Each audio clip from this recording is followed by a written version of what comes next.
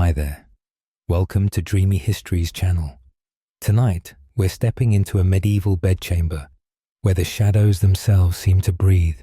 You feel the rough wool blanket against your skin, hear the wind rattling wooden shutters, and realize you're completely alone as darkness falls. The candle flickers once, twice, then dies. And with it goes your last defense against whatever lurks in the corners of this cold stone room. Here's a fun reality check. If you were a medieval woman preparing to sleep alone tonight, you'd probably be reciting every prayer you know while clutching a piece of blessed bread. Because statistically speaking, you might not make it to morning. So, before you get comfortable, take a moment to like the video and subscribe. But only if you genuinely enjoy what I do here. I'd love to know where you're listening from and what time it is there. Drop it in the comments below. Now, close your eyes and listen.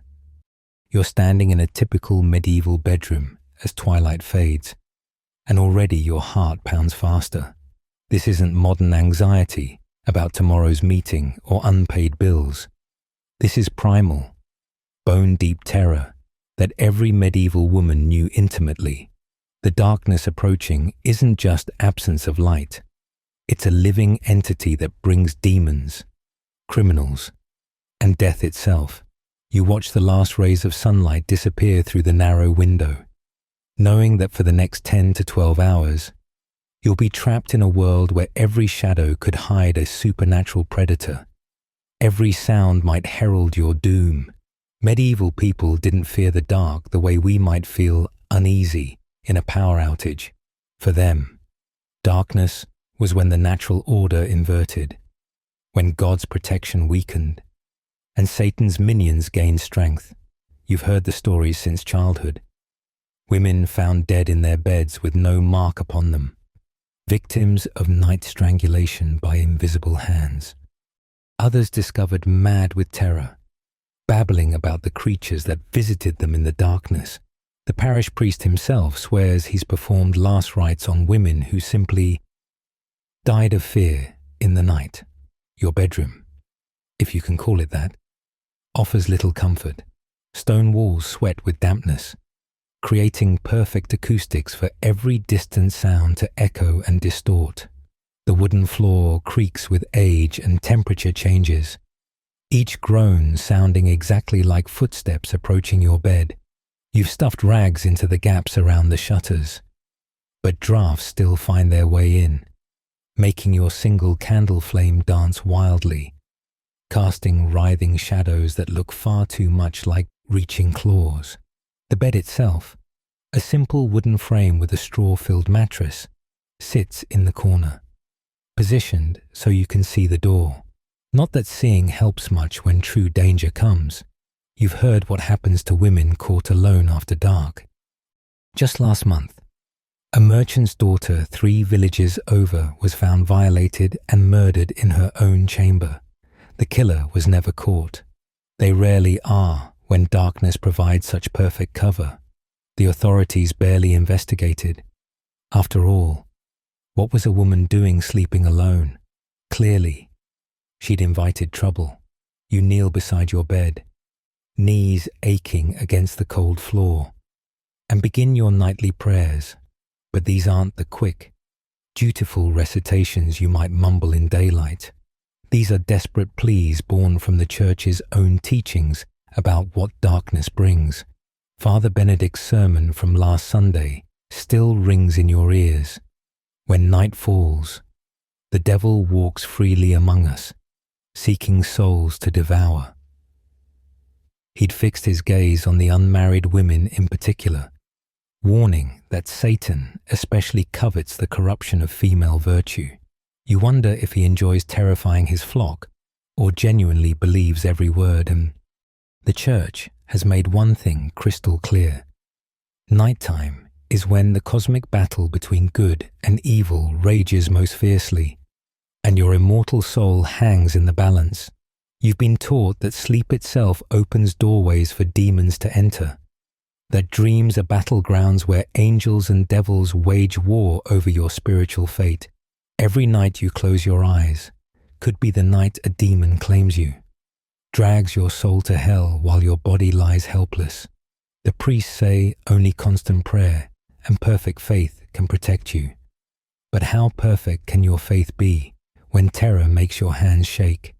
You clutch your wooden cross tighter, the one your mother pressed into your hands before she died, probably from the same fears that now consume you. The church teaches that women are naturally weaker vessels, more susceptible to demonic influence, especially when alone. Without a husband's spiritual protection or a father's godly authority, you're like a lamb wandering outside the shepherd's fence. Historians still argue whether medieval clergy genuinely believed women needed male protection for theological reasons, or simply used religious doctrine to control female autonomy. But either way, the result is the same. You're terrified. Your lips move through the paternoster, but your mind conjures every warning you've ever heard.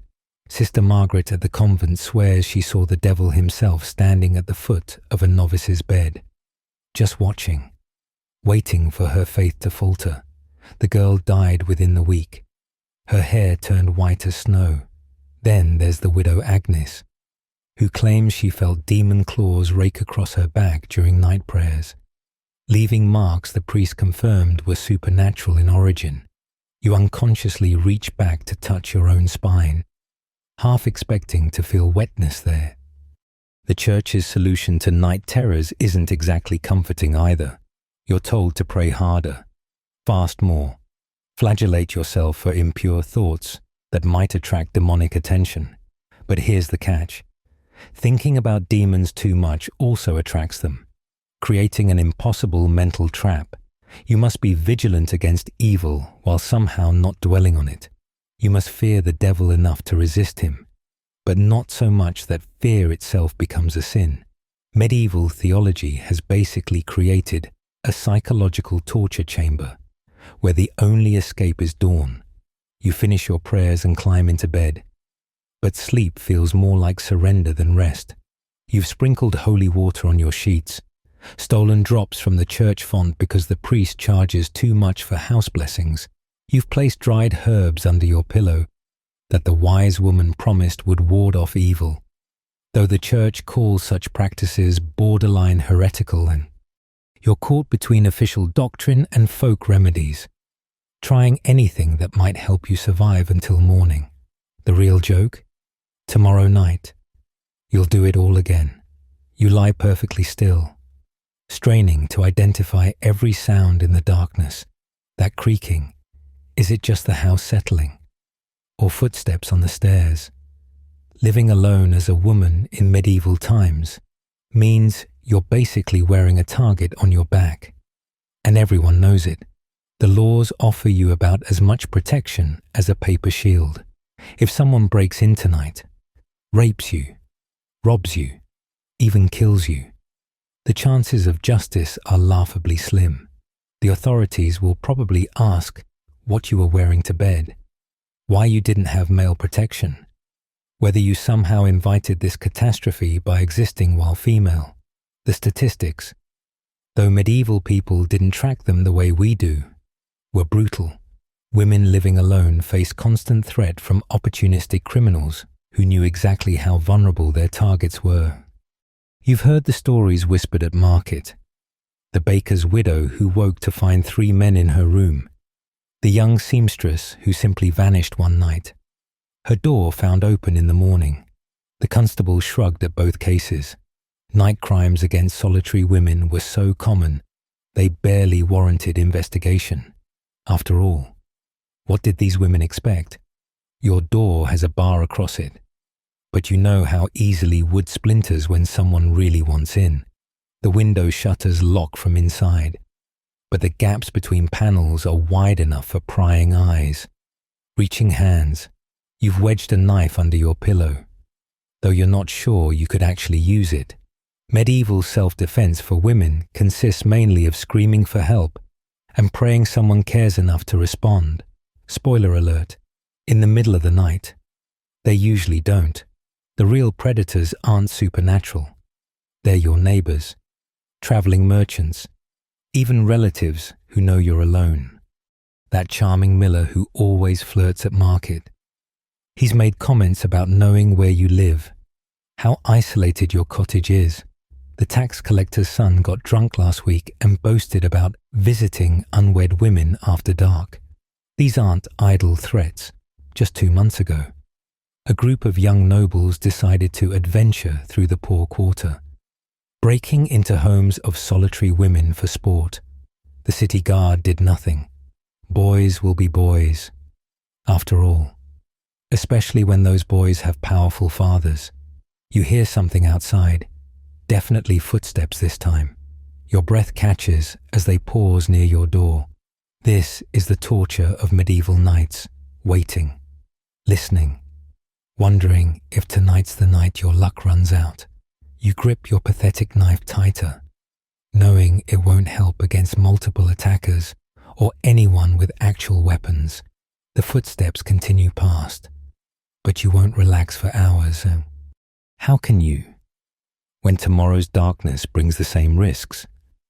The truly maddening part is how society blames you for your own vulnerability. Sleeping alone makes you suspicious. Why don't you have a husband? Are you too proud? Too difficult? Too strange? Maybe you're a witch or a whore.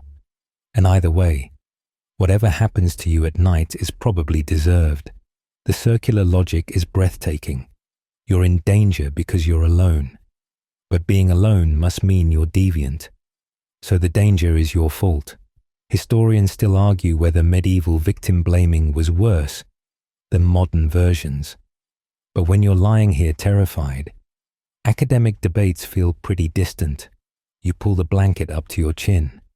But it offers no protection against the terror that makes your skin crawl. Somewhere in this darkness, an incubus might be watching, waiting for you to fall asleep, so it can violate you in ways that would make death seem merciful. The church swears these demonic rapists are real, that they specifically target women sleeping alone, sliding into beds as shadows before taking solid form. Your priest describes their attacks in disturbing detail during sermons, how they paralyze their victims, how their touch burns like ice, how women wake to find mysterious bruises and scratches in intimate places. Medieval medical texts, which you can't read but have heard discussed, claim incubi leave actual physical evidence. Women report waking exhausted, their bodies aching as if they'd been used all night. Some discover they're pregnant, despite having no human lovers. Demon seed, the midwives whisper, growing into monstrous babies that either die at birth or emerge with the marks of their unholy parentage. You unconsciously press your thighs together, as if that could somehow protect you from supernatural assault. The worst part?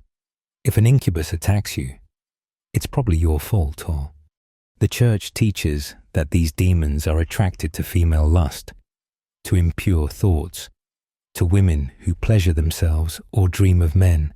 That fleeting fantasy you had about the blacksmith's muscular arms. Congratulations. You've basically sent out a demonic mating call.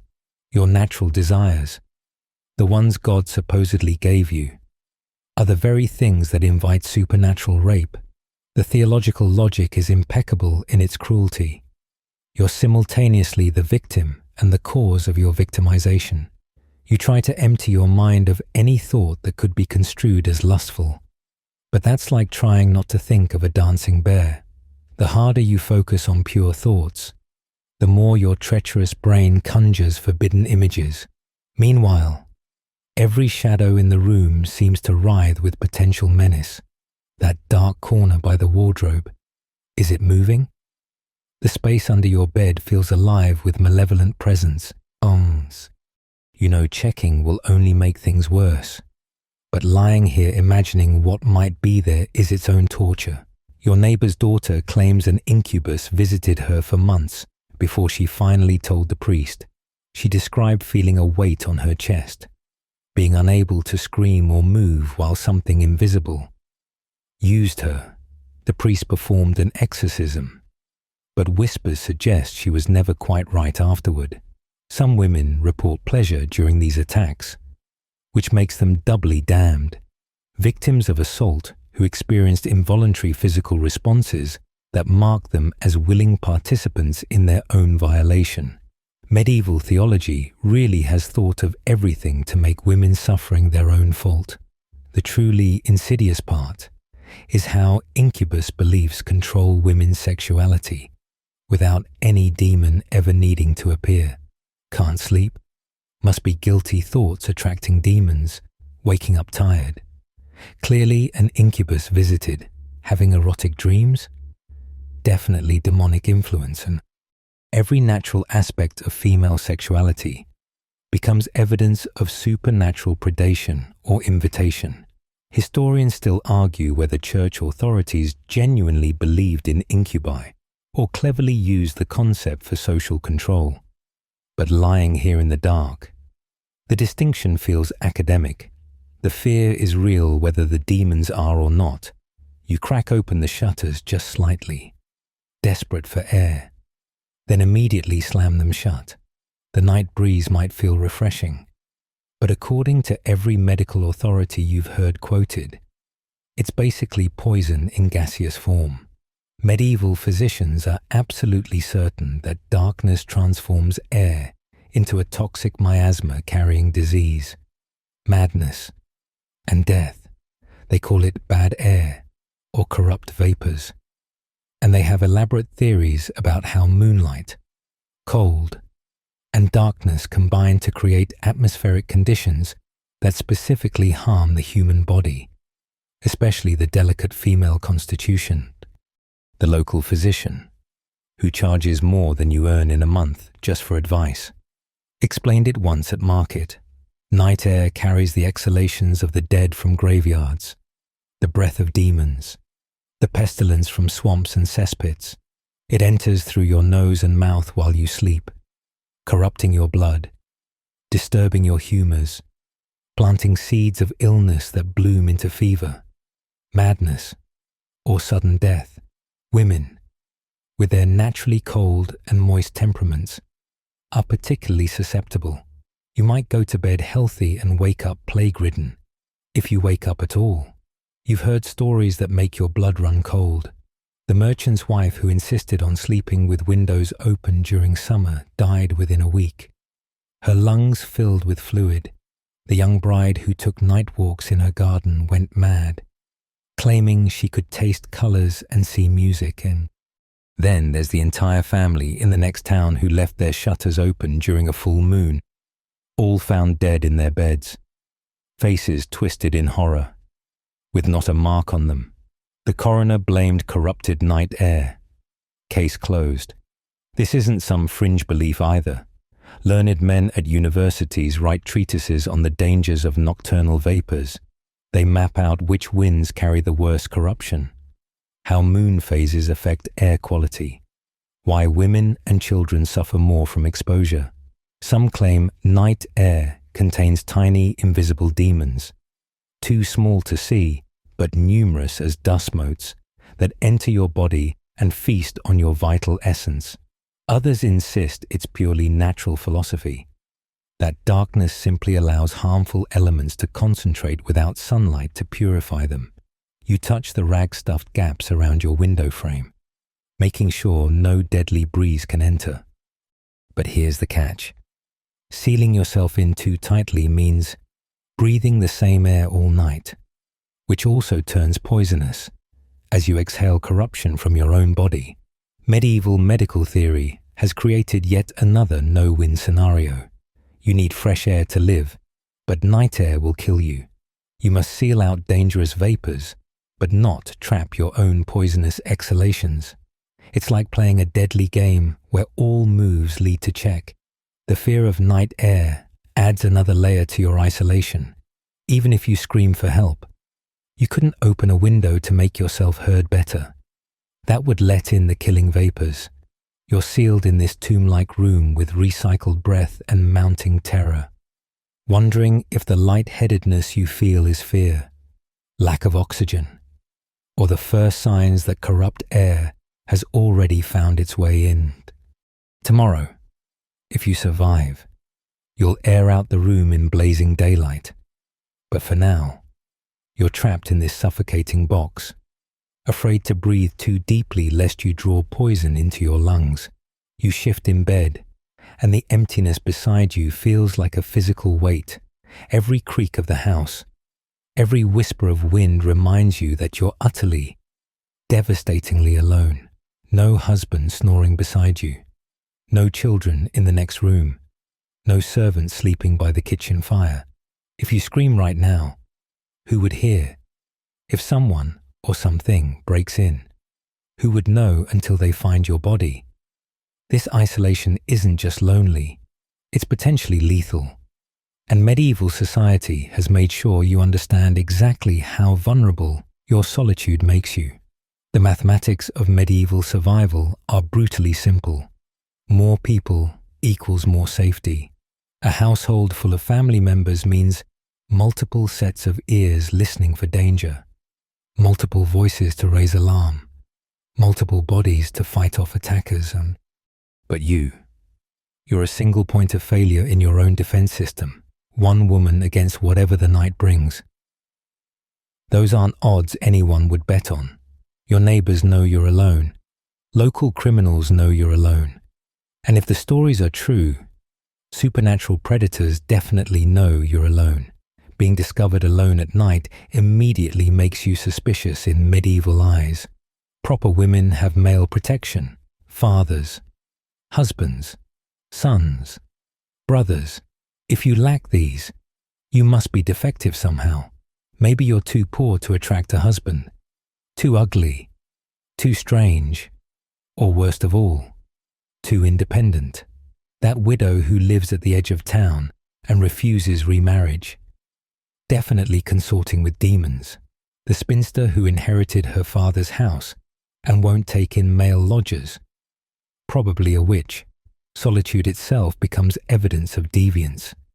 You think about the last time you felt truly safe, probably years ago, when your family was still alive, when the house hummed with activity and warmth. Now the silence presses against your eardrums like water. You can hear your own heartbeat, your own breathing, the rush of blood in your ears. These sounds of life become terrifying in isolation, reminding you how fragile your existence is, how easily all these small noises could stop forever, with no one to notice or care. The social isolation compounds the physical danger. Without male protection, you're excluded from many community networks. The guild won't accept you without a husband or father to vouch for you. The better merchants won't trade with an unaccompanied woman. Even the church treats you as a spiritual orphan, dangerous in your independence. So you exist on the margins, where the other vulnerable people live, the elderly, the sick, the foreign, the poor, and everyone knows the margins are where predators hunt. Historians still argue whether medieval women's terror of solitude was primarily about actual danger or social conditioning. But lying here in the dark, that feels like asking whether drowning is about water or inability to breathe. The cause matters less than the effect. You're terrified, isolated, and that isolation feeds the terror in an endless loop. You could join a convent for safety, but that requires a dowry you don't have. You could remarry, but the available men are either ancient, brutal, or both. You could take in lodgers, but that brings its own dangers. Every solution to isolation creates new vulnerabilities, and the night doesn't care about your impossible choices. You stare at your single candle, watching the flame consume the last finger's width of wax. In perhaps 20 minutes, you'll be plunged into absolute darkness, and there's nothing you can do about it. Candles cost money you don't have, and the tallow ones you can occasionally afford smell like rendered fat and smoke terribly. Beeswax candles burn clean and bright, but they're for nobles and churches, not for women who count pennies and skip meals. Your entire monthly income might buy you 3 good candles, not nearly enough to hold back the darkness that swallows 2/3 of every day in winter. The economics of light in medieval times are brutally simple. Illumination equals wealth, and you have neither. Rich households blaze with light, oil lamps, banks of candles, even the luxury of keeping fires burning purely for visibility.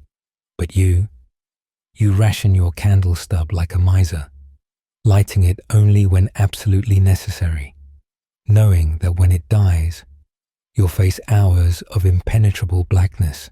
Sometimes you lie awake calculating food or candles, warmth or light, safety or survival.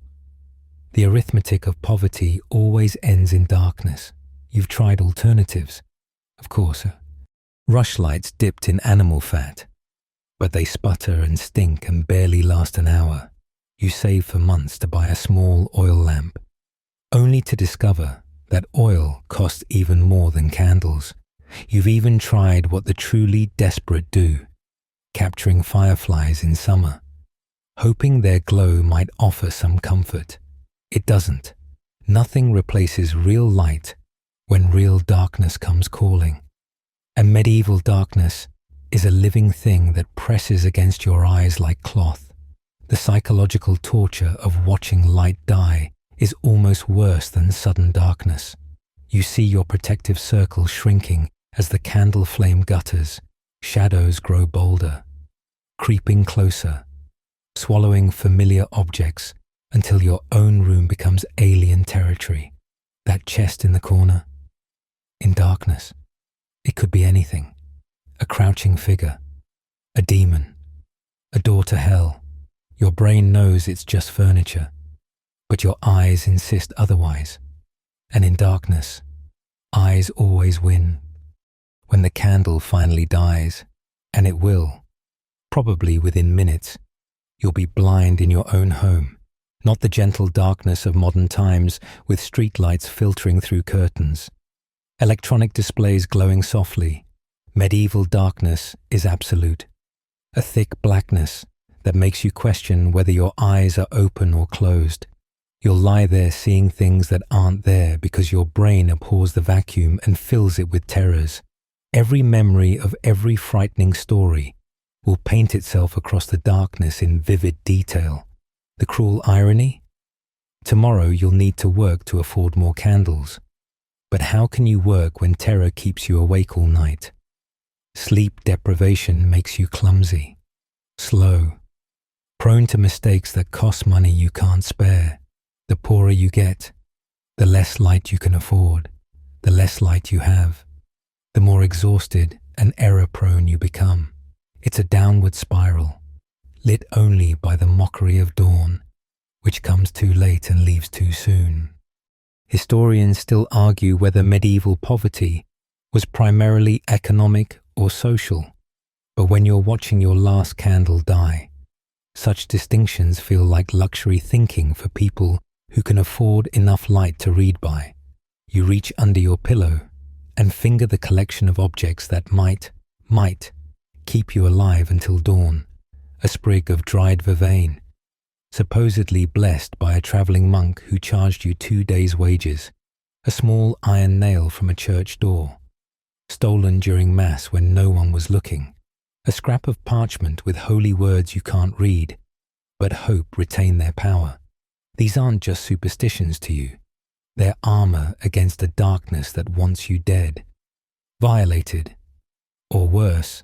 Every medieval woman has her arsenal of protective items, and you clutch yours like a drowning person grips driftwood. The prayers come automatically now, lips moving through words worn smooth by repetition. Saint Michael the Archangel, defend us in battle.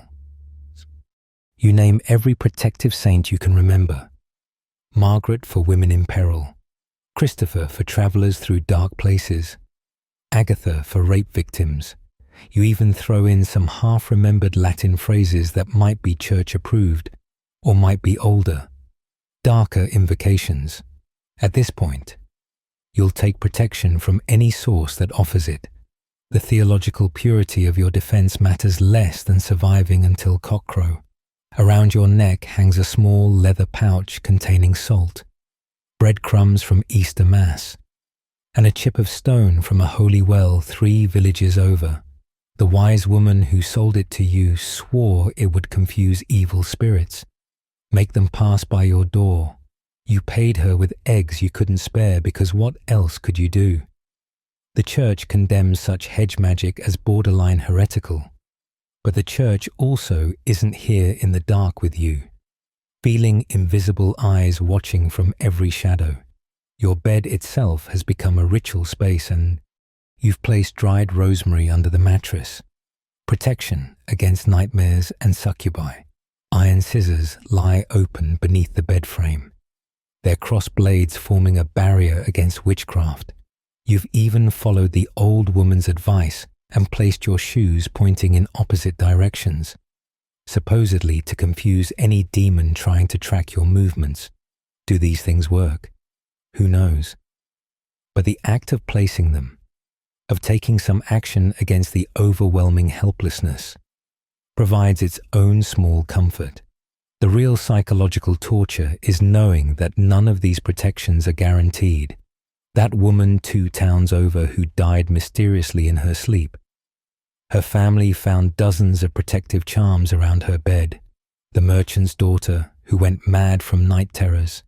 She'd worn blessed medals, carried holy water, done everything right. Sometimes the darkness wins regardless of your defenses, and that knowledge makes every ritual feel simultaneously vital and futile. You whisper a final prayer and kiss the wooden cross your mother gave you, tasting the oils from countless desperate lips before yours. Tomorrow you'll need to acquire more protections. Maybe that new priest has stronger blessings. Maybe the peddler will have genuine relics instead of pig bones. You'll spend money you need for food on items that might be worthless. But what choice do you have? In a world where invisible forces want you dead and society offers no protection, you'll grasp at any straw that might help you float through another night. Historians still argue whether medieval people truly believed in their protective rituals or simply found comfort in the illusion of control. But lying here surrounded by your sad little arsenal, you understand it's both. The belief and the doubt exist simultaneously, along with the terror that renders both irrelevant.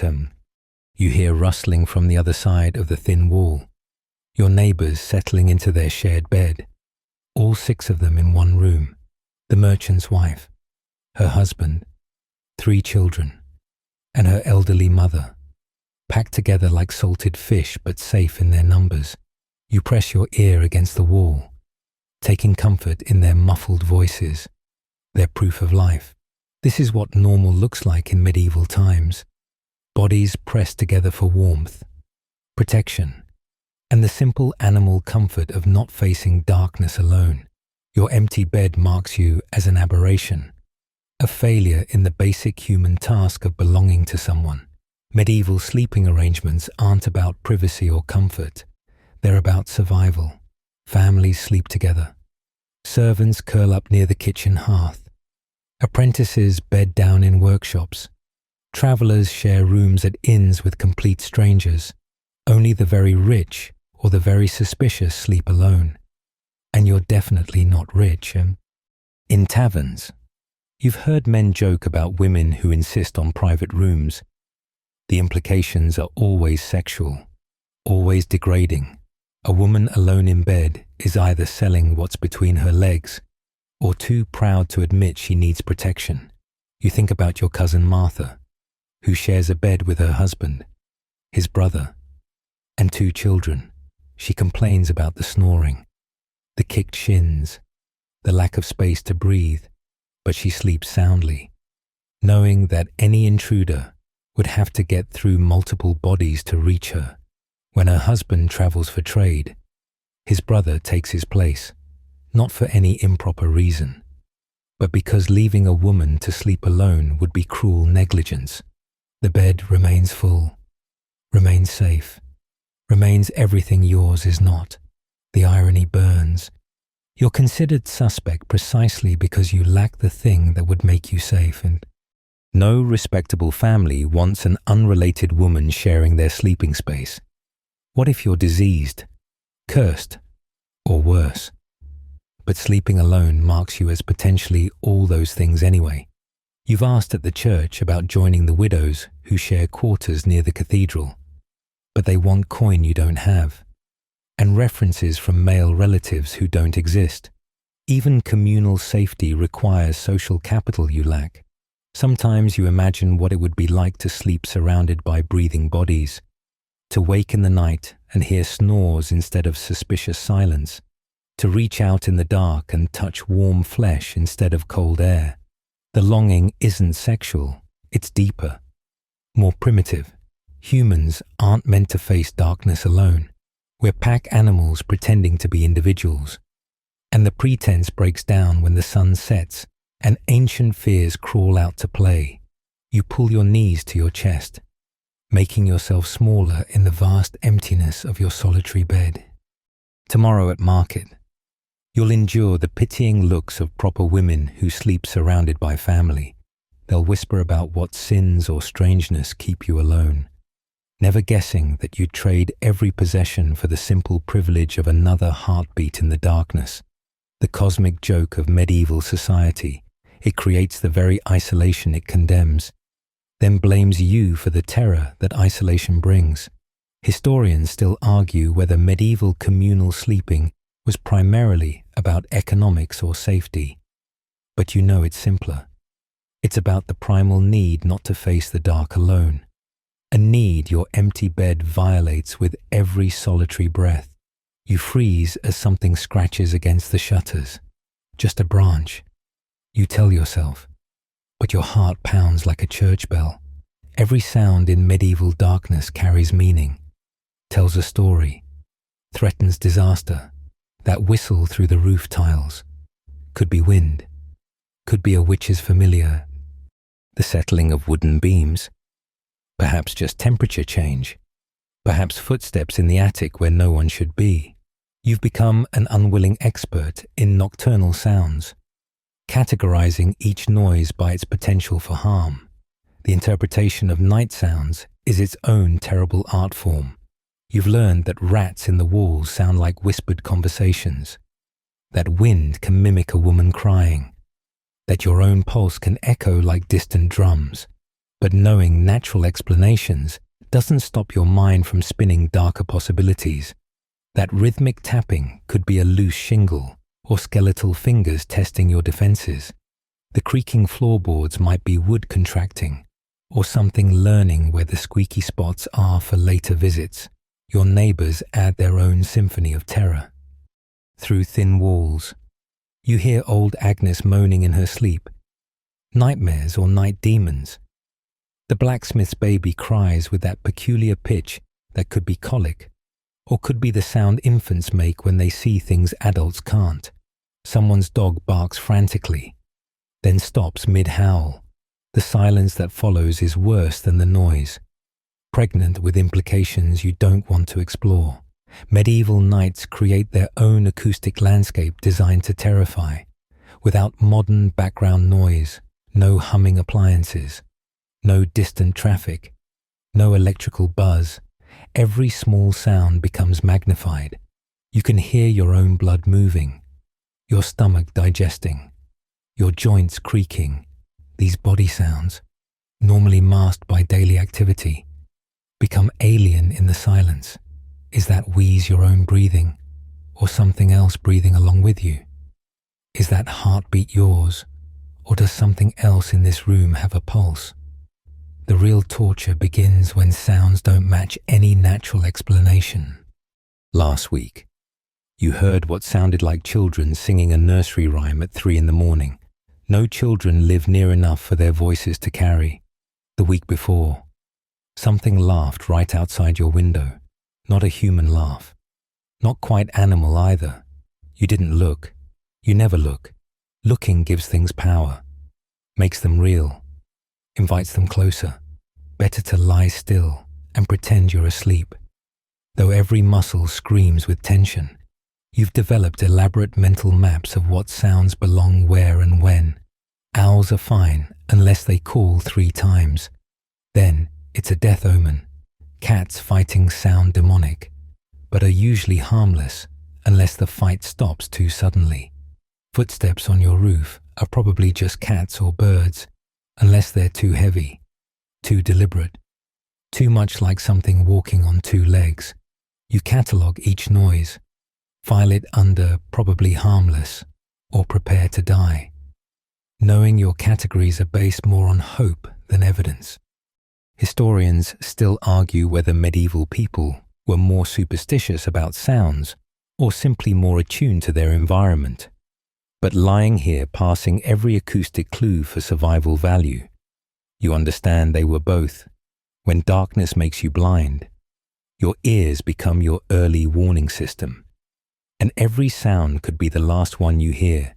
You clutch your knife tighter, knowing it's essentially a theatre prop in the grand performance of medieval justice. If someone assaults you tonight and you somehow survive, the law will scrutinize your every action, not theirs. Did you fight back too hard? That suggests you're unnaturally aggressive for a woman. Not hard enough. Clearly, you consented. The bruises on your throat, the torn clothing, the blood, all subject to interpretation by men who've already decided that a woman alone at night is asking for trouble. The legal system treats nighttime crimes against women with spectacular indifference. Rape cases require witnesses, but who witnesses crimes that happen in darkness behind closed doors?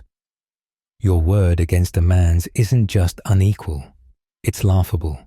The courts want to know why you were alone, why you didn't cry out louder, why God would allow such things to happen to virtuous women. The logical conclusion they always reach: you must not be virtuous. Case dismissed. Reputation destroyed. Attacker free to strike again. Even reporting an assault carries massive risks. You'll be examined by male physicians who'll judge whether you're truly ruined or were already corrupt. The entire town will know your business, will whisper about what you did to invite such treatment. Your marriage prospects, already slim as a woman living alone, will evaporate entirely. Who wants used goods? Better to stay silent. Tend your wounds in private. Pretend nothing happened. The law offers you justice like a tavern offers water. Technically available, but nobody expects you to actually receive it. The few women who do pursue legal action face a system designed to humiliate them into silence. You'll be questioned about your sexual history, your monthly cycles, your thoughts and dreams. Were you wearing night clothes that might inflame male passion? Did you leave your hair uncovered? Have you ever felt desire for any man? Each question strips away dignity, while the actual criminal often isn't even arrested. After all, he's probably a productive member of society, a guild member, a tradesman, someone's son. You're just a woman who sleeps alone. Property crimes fare no better. If thieves empty your house while you sleep, authorities will wonder why you have no man to protect your goods. They might investigate half-heartedly, but recovery is unlikely. The message is clear. Women's property, like women's bodies, requires male guardianship. Without it, whatever happens is more natural consequence than actual crime. You're not a victim. You're a cautionary tale about the dangers of female independence. The bitter irony is that the very isolation making you vulnerable also makes you suspect. Women without male protection must be witches, whores, or worse. Why else would they lack the basic social connections that define proper femininity? So the law simultaneously fails to protect you and blames you for needing protection. It's a beautiful closed loop of legal logic that ensures women like you remain forever outside justice's reach. Historians still argue whether medieval law was actively misogynistic or merely reflected social values. But lying here knowing you have no legal recourse if terror becomes reality. The distinction feels academic. The law might as well be written in a language you don't speak for all the good it does you in the dark. You shift restlessly, remembering the whispered conversation at the well last week. 3 women huddled together, voices dropping when you approached, but you caught enough. Old Catherine was under suspicion. She lives alone like you, refuses remarriage, knows too much about herbs. Now livestock are dying mysteriously, and children have nightmares. The accusation hasn't been made formally yet, but everyone knows it's coming. You saw the fear in Catherine's eyes, the same fear that probably shows in yours. Sleeping alone doesn't just make you vulnerable to attack. It makes you a prime candidate for mankind's favorite midnight monster, the witch. The mathematics of witch accusations are terrifyingly simple. Alone equals suspicious. Independent equals unnatural. Knowledgeable equals dangerous. Add them together, and you get a woman who must be in league with Satan. Because how else could she survive without male protection? Your very existence challenges the natural order, where women need men like plants need sun. If you're thriving, or even just surviving, alone, clearly dark forces are involved. Your late-night activities, born of insomnia and fear, become evidence against you. Neighbors see your candle burning at odd hours and wonder what rituals you're performing. You talk to your cat because the silence drives you mad, but they hear you conversing with your familiar. Those herbs you dry for medicine, obviously spell components, the protective charms under your bed, satanic symbols. Everything you do for survival can be reinterpreted as witchcraft by minds primed to see evil in female independence. You think about the widow who lived in this house before you. She lasted 3 years alone before the accusation started. First, just whispers, milk souring, men becoming impotent, women miscarrying, then formal charges. She denied everything, of course. But her isolation meant no character witnesses, no one to vouch for her whereabouts during the supposed crimes. They tested her with hot iron, looked for devil's marks, threw her in the river to see if she'd float. She sank and drowned, proving her innocence too late to matter. The truly insidious part is how the fear of accusation shapes your behavior. You force yourself to appear at church despite exhaustion from sleepless nights. You smile at neighbors who terrify you, offering remedies for their ailments, while praying they won't blame you if the cure fails. You consider taking in a male lodger just for the protection his presence provides, even though that brings different dangers. Every choice is calculated to appear normal, godly, unthreatening, performances of femininity that might keep the accusations at bay. But here in the dark, alone with your thoughts, you sometimes wonder if they're right. Maybe you are unnatural. Maybe the independence you guard so fiercely is actually corruption. The church says women need masters. Society says women need protection. And here you are refusing both, when everyone agrees you're wrong. How can you be sure you're right? The psychological torture of the witch hunt begins long before any formal accusation. It starts with the doubt they plant in your own mind about whether your solitude is strength or sin. Historians still argue whether witch trials were primarily about religious control or social policing.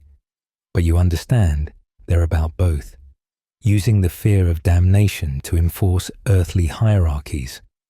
With women like you as kindling for the fire, you pull the thin blanket higher, but it can't keep out the cold that seeps through stone walls like water through cloth.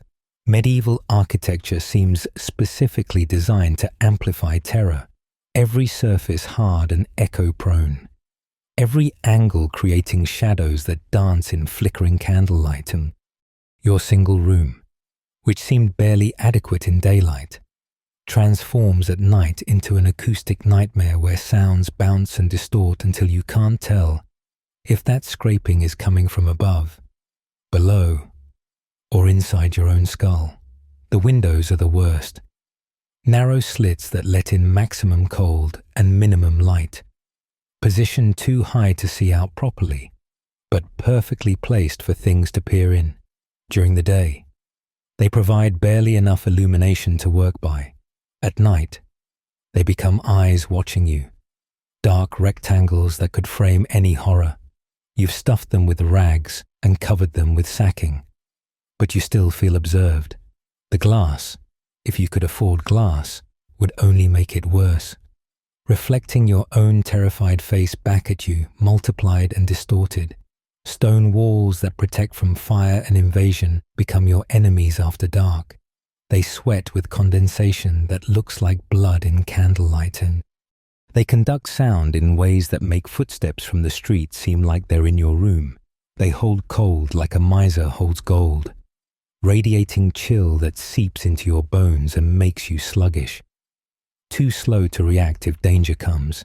You've hung what tapestries you can afford, but they only muffle sound enough to make you uncertain whether that noise was real or imagined. The floor presents its own challenges. Rushes scattered over packed earth might be fine for grand halls with servants to change them regularly, but yours harbor things that rustle and move in the darkness. Mice, certainly. Beetles, probably, but what else?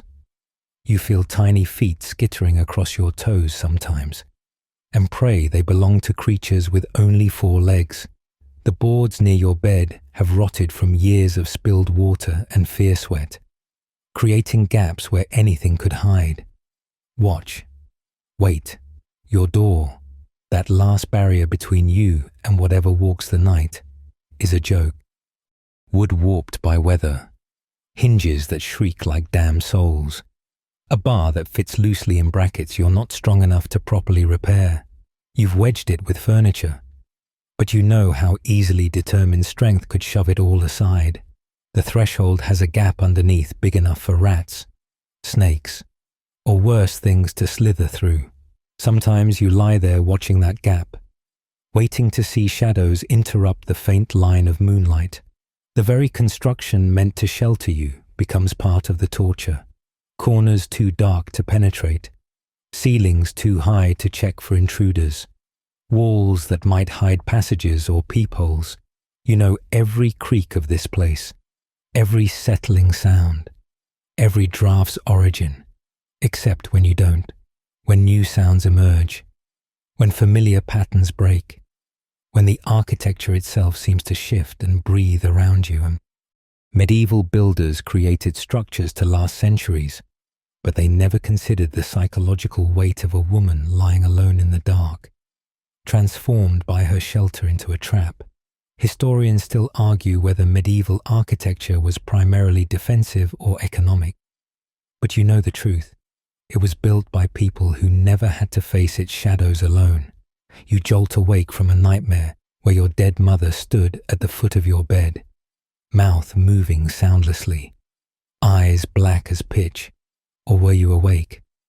The boundary between sleep and waking blurs in medieval darkness, where dreams carry the weight of prophecy, and every nightmare might be a message from God, the devil, or your own damn soul. You lie there, heart hammering, trying to decode what you've seen. Was Mother warning you of danger, condemning you from purgatory? Or was it just your exhausted mind spinning terrors from the day's fears? The Church teaches that dreams are battlegrounds where angels and demons wage war for human souls. Some dreams come from God, visions of saints, prophecies of doom, divine instructions that must be obeyed. Others spawn from Satan's realm, designed to corrupt, terrify, and lead you astray. But here's the cosmic joke. There's no reliable way to tell the difference. That dream of flying might be your soul trying to escape its flesh prison, or demons teaching you witchcraft. The recurring nightmare where you're naked in church could be God showing you your spiritual state, or the devil planting seeds of shame. You've been having the same dream for weeks now, A black dog with human eyes watches you from the corner, growing larger each night. Last night it spoke your name. The wise woman says it's a death omen, that someone close to you will die within the month. The priest claims it's your guilty conscience manifesting as a hellhound. Your neighbor insists black dogs are witches' familiars. And having one in your dreams means you're marked for recruitment. 3 interpretations, all terrifying. No way to know which, if any, holds truth. The physical effects of these dreams linger long after waking. You find scratches on your arms you don't remember making. Your throat feels raw, as if you've been screaming. Though no one has complained of noise, sometimes you wake in positions impossible to achieve naturally, sprawled halfway out of bed, twisted like a broken doll. Once even standing by the window with no memory of leaving your bed. Are these signs of possession, visitation, or just the thrashing of a terror-soaked mind? Medieval dream interpretation creates its own torture chamber of possibilities. Flying means spiritual ascension or demonic levitation. Water represents baptismal grace or drowning in sin. Dead relatives bring messages from purgatory or demons wearing familiar faces. Every symbol has multiple meanings, all significant, most contradictory. You're supposed to pray for clarity. But what if the prayer itself opens doors better left closed? What if thinking too hard about dreams gives them power over waking life? You keep a mental catalogue of nightmares, looking for patterns that might reveal divine will or infernal plots. The dreams where you're chased through endless stone corridors, are those about your isolation or prophecy of future pursuit? The ones where you give birth to monsters, fear of corruption or actual demonic pregnancy? The recurring scene where you're buried alive, scrabbling at coffin wood, anxiety about death or preview of your fate? Each interpretation spawns new fears, new possibilities for doom. Historians still argue whether medieval people really believed dreams held supernatural significance or simply lacked the framework to understand psychology. But lying here with nightmare sweat cooling on your skin, you know it doesn't matter, real or symbolic, divine or demonic. Dreams are just another weapon the darkness uses to torture those who face it alone. You see it through the narrow window, the faintest lightening of the eastern sky. So subtle, you might be imagining it. But no, there it is again. That barely perceptible shift from black to deepest blue. Dawn approaches like a cautious friend, and your body responds with an exhaustion so profound, it feels like drowning. You've survived another night, but at what cost? Your eyes burn from straining against darkness. Your muscles ache from tension. Your mind feels fractured from cycling through terrors both real and imagined. This is victory in the medieval night wars. Not triumphant, just not dead. The roosters haven't crowed yet, but birds begin their tentative pre-dawn calls. Each chirp loosens the knot in your chest a fraction. Demons flee from approaching light. Criminals slink back to their dens. And even the air itself becomes less poisonous as God's Son prepares to cleanse it. You allow yourself the luxury of unclenching your fists, of breathing deeper than the shallow sips that sustained you through darkness. The knife under your pillow can stay sheathed for another day, but relief carries its own burden. You inventory the night's damage. New grey hairs surely sprouted, eyes bloodshot and puffy, hands that won't stop shaking. How many more nights like this can your body endure? Your mind. You're aging in dog years, 7 for every one that passes. Worn down by the nightly siege, the other women at market will cluck sympathetically at your haggard appearance, all while thinking grateful thoughts that they have husbands, fathers, sons to stand between them in the dark. And the cruelest part of dawn is knowing it's temporary, even as light creeps across your floor. banishing shadows back to their corners.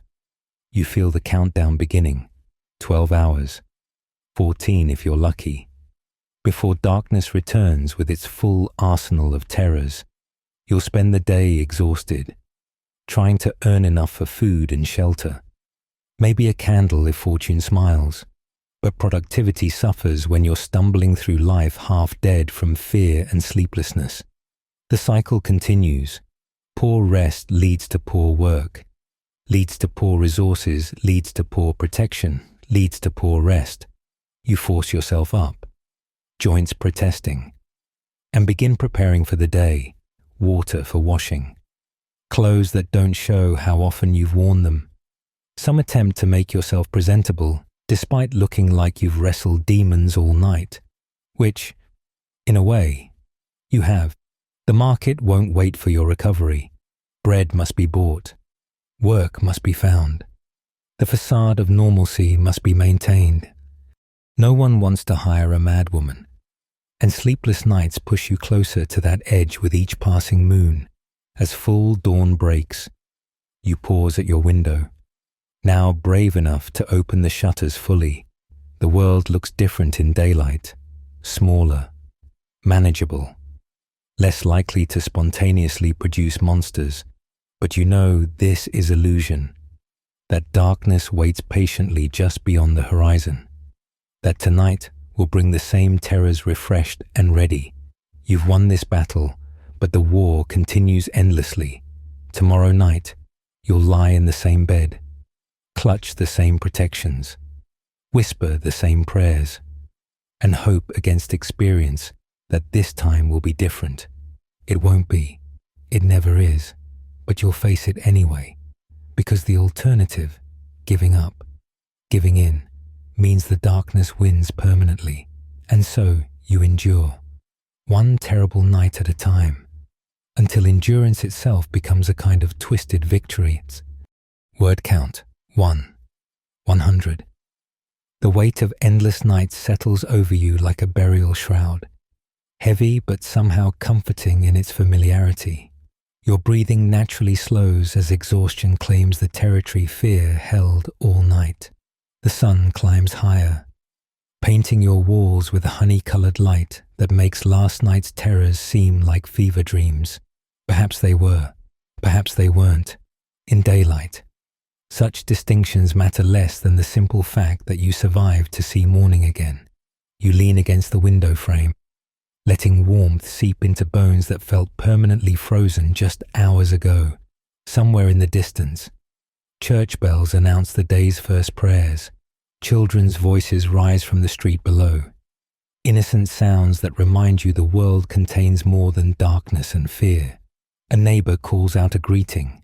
Another day of human business begins. The ordinary bustles back to life, carrying you along in its current.